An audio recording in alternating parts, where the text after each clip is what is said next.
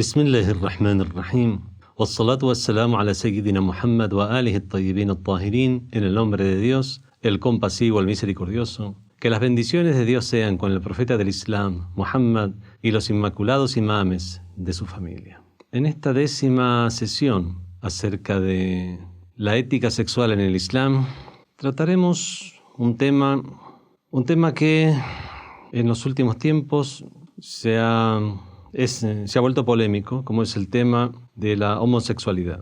La polémica a causa de la proliferación de estas nociones y conceptos al punto de haber llegado a naturalizarlos. En el Islam, en el idioma árabe, homosexualidad se dice ash-shudud al-jinsi, que la traducción literal al castellano sería comportamientos inauditos de carácter sexual. Y obviamente el carácter inaudito de estos comportamientos es precisamente por salirse de la normalidad, como es esperable desde la biología, desde la ética y moral de las religiones e incluso de la mayoría de las corrientes ideológicas serias que se han manifestado a lo largo de los tiempos. Inaudito también en el sentido antropológico, puesto que lo normal, obviamente, no era el comportamiento homosexual. Así que la palabra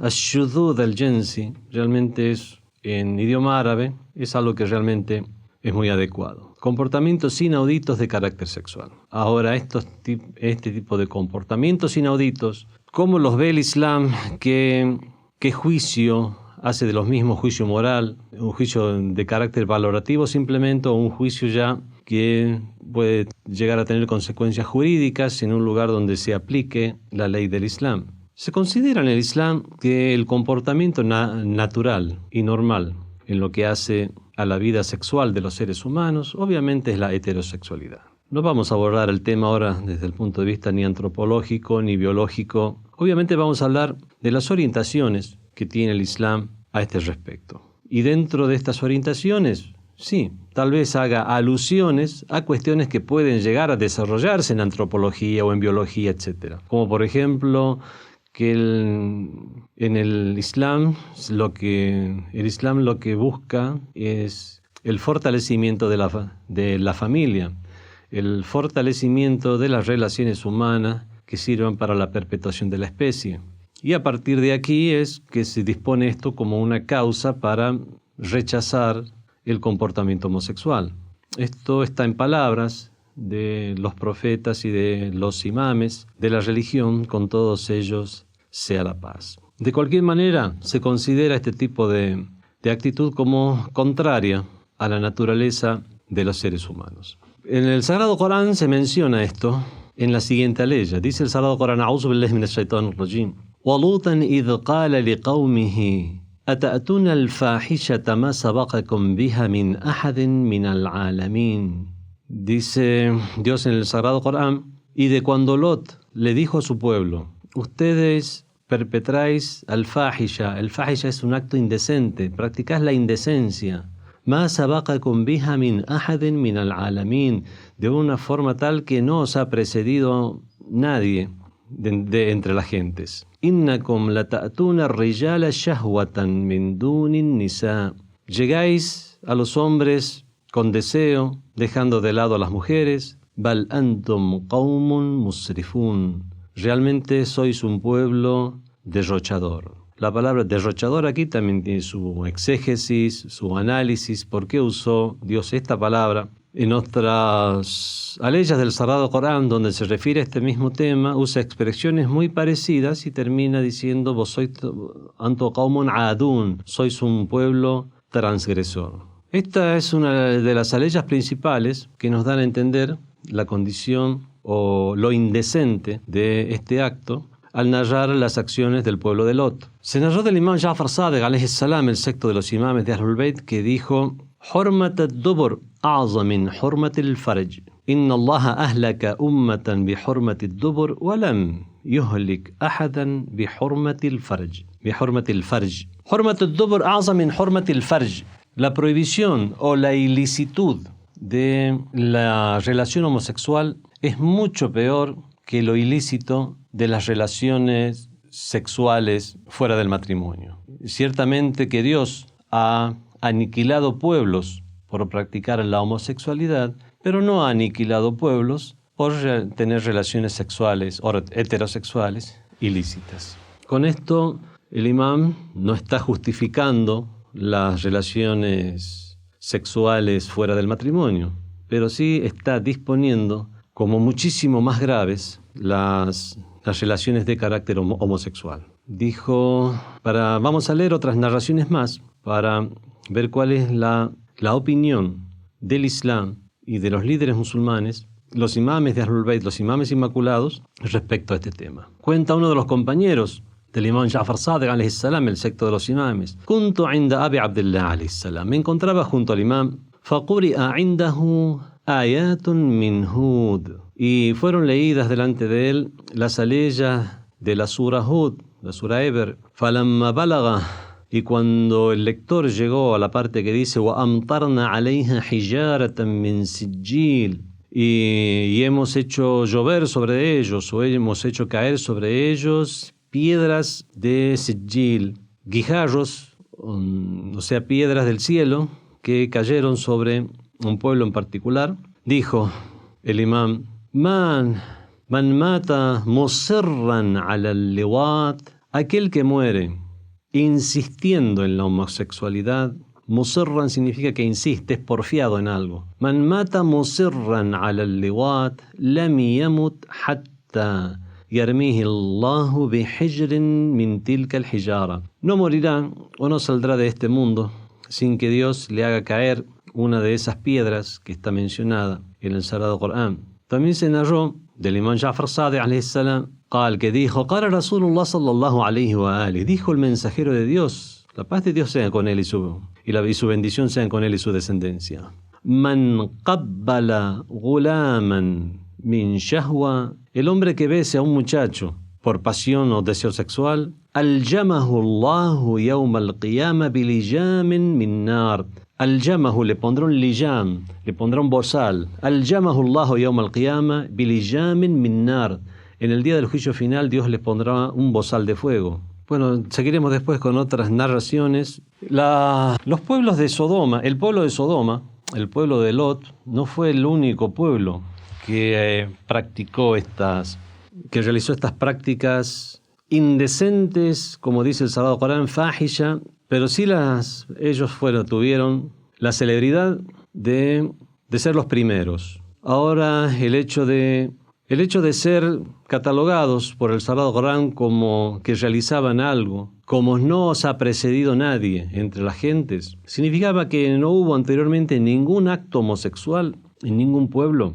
Eso es lo que se entiende en primera instancia de esta aleya del Sagrado Corán, y sería lo más seguro a lo cual se refiere. Pero también queda una opción de que lo que se refiere a la aleya es que por primera vez un pueblo había naturalizado ese comportamiento, al punto de ser un comportamiento general, ya de un grupo bastante grande de personas, donde no lo veían mal entre ellos. Y existe la posibilidad que eso sea el comportamiento en el cual ningún grupo humano había precedido a Sodoma. Pero puede haber habido tal vez casos aislados, como ha habido a lo largo de la historia, o casos en los cuales se había practicado la homosexualidad, pero siempre en forma subrepticia, oculta, como sea.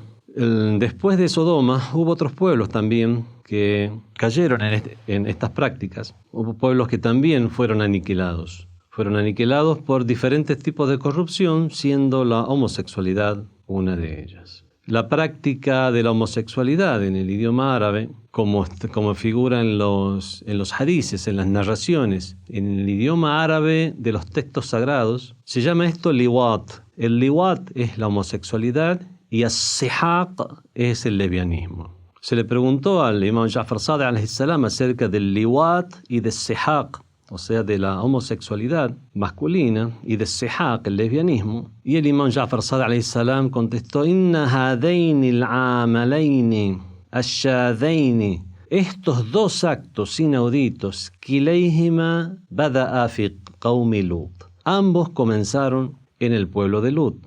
Inna awwal man amila hadha al-amal qawmu Lut.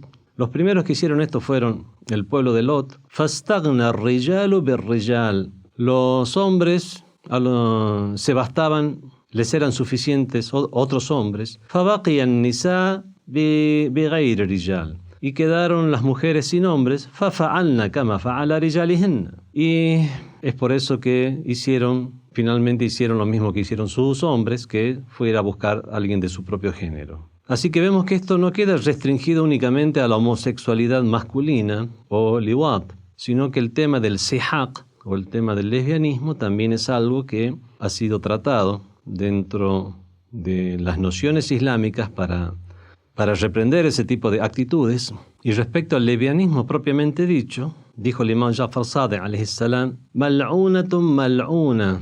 Inna Allah tabaraka wa ta'ala wal malaikatu wa awliya'ahu yal'anunahuma wa huwa Allahu az-zina al-akbar. Las que practican esto realmente están maldecidas. Ciertamente que Dios, los ángeles, los próximos a Dios, maldicen a quien realiza este tipo de acciones, y por Dios que es az-zina al-akbar, es la gran fornicación. Dijo el imam Sadiq alayhi salam, transmitiendo un hadiz, una narración de su abuelo, el mensajero de Dios: Man jama'a gulaman, aquel hombre que tiene relaciones íntimas con un muchacho, con un varón, ya'a junuban yawm al-qiyamah, llegará impuro en el día del juicio final. La yuqihi ma'ud dunya, donde no habrá agua del mundo que lo purifique. Wa ghadabullahi alayhi, y sufrirá la ira de Dios. Wa ghadiballahu alayhi wa la'anahu wa'idun lahu jahannama, y será maldecido, siéndole prometido el infierno, Jahannam. Wa sa'at masira,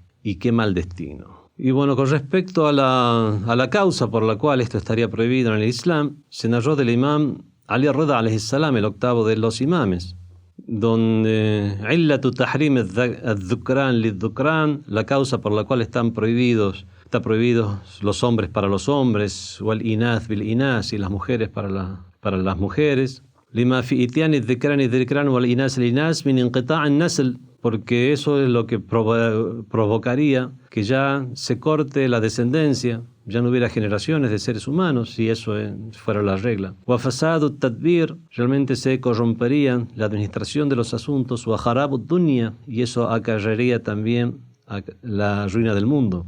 Como también dijo, con él sea la paz, ya explicando, porque generalmente se preguntaba y se respondía acerca del liwat y poco acerca del sihaq, acerca del lesbianismo. Entonces, preguntándole exactamente sobre el tema, dijo: wa amma al-musahaqa, en cuanto al lesbianismo, fa innaha min ar-radha'il, ciertamente es de las radha'il, es de los comportamientos viciosos malos. Esta no es una sesión de jurisprudencia, por lo tanto no vamos a hablar cuáles serían dentro de un gobierno islámico. Cuando se establece un gobierno islámico, corren las leyes islámicas en una región o en una zona, y al regir las leyes islámicas hay una serie de cuestiones que, cuando se consideran crímenes dentro de la ley islámica, tienen que ser, o por lo menos existe la facultad como para juzgar respecto a eso que se considera un crimen. Ahora, cuando no existe un gobierno islámico, esto ya queda en el ámbito de la moral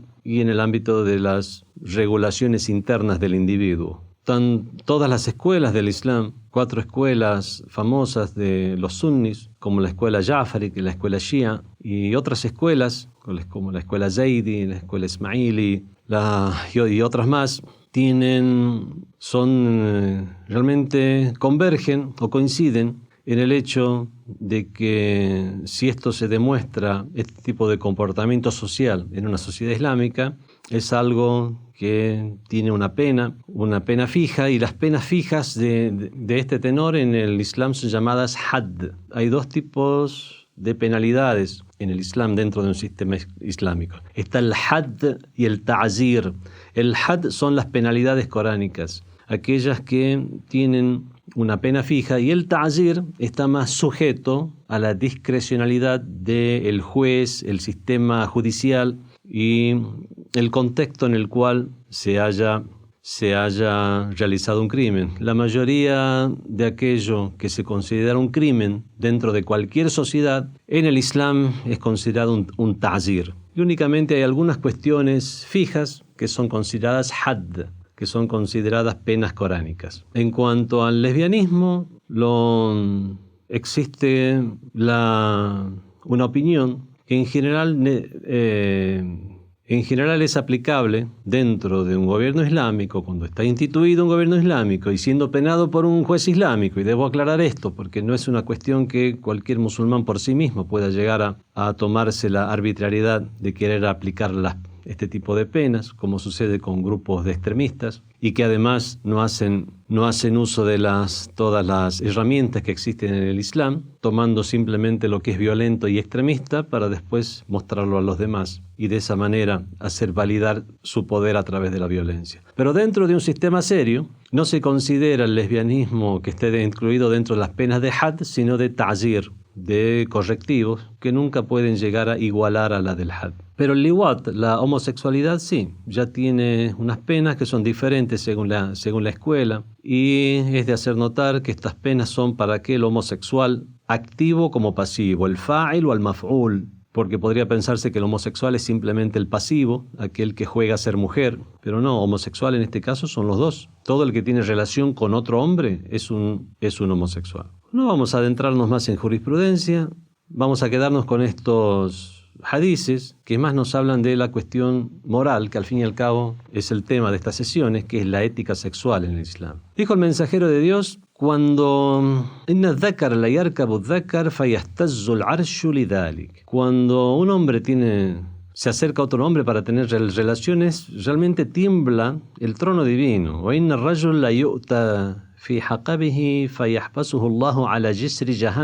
que realiza eso después en el día del juicio final será aprisionado por Dios en el puente hacia el infierno, hasta que termine el cómputo de toda la creación. Luego será ordenado que sea llevado al infierno, y será objeto del castigo en cada uno de los niveles del infierno, nivel por nivel, hasta